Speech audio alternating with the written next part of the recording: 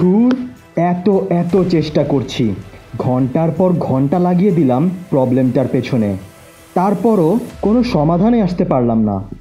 আমি মেধাবী নই, ক্লাসের ওই মেধাবী স্টুডেন্টগুলোর মতো কোনো প্রতিভা বা ট্যালেন্ট নেই আমার।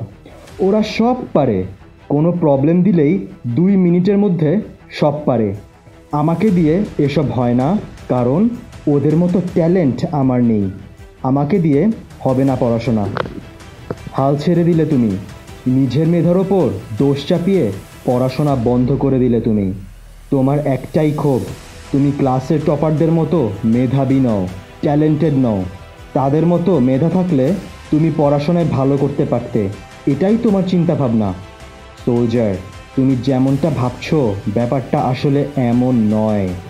এই পৃথিবীতে সৃষ্টিকর্তা সকলকেই সমান মস্তিষ্ক এবং চিন্তা করার শক্তি দিয়েছেন। তার মানে প্রত্যেকেই সমান মেধাবী এবং প্রতিভাবান। তাহলে কেউ ভালো ফলাফল করছে এবং কেউ খারাপ করছে, এমন কেন হচ্ছে? উত্তরটা খুবই সহজ, পরিশ্রম এবং পড়াশোনা। হ্যাঁ, যারা পরীক্ষায় ভালো রেজাল্ট করছে ওদের খবর নিয়ে দেখো, তুমি দেখবে তারা প্রচণ্ড পরিশ্রমী এবং তারা দিন রাত পড়াশোনা করতে থাকে। পড়াশোনার কোনো কমতিই তারা রাখে না। তাদের সামনে হাজার অবস্ট্যাকেল আসুক, তারা কখনোই হাল ছাড়ে না।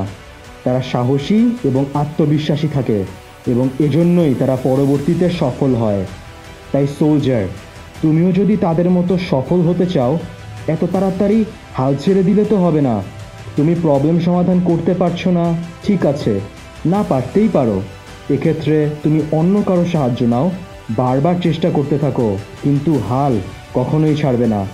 আর কখনোই নিজের মেধার ওপর দোষ দিবে না, বরং মেধার ওপর নির্ভরশীলতা কমাও এবং প্রচুর পরিশ্রম করো।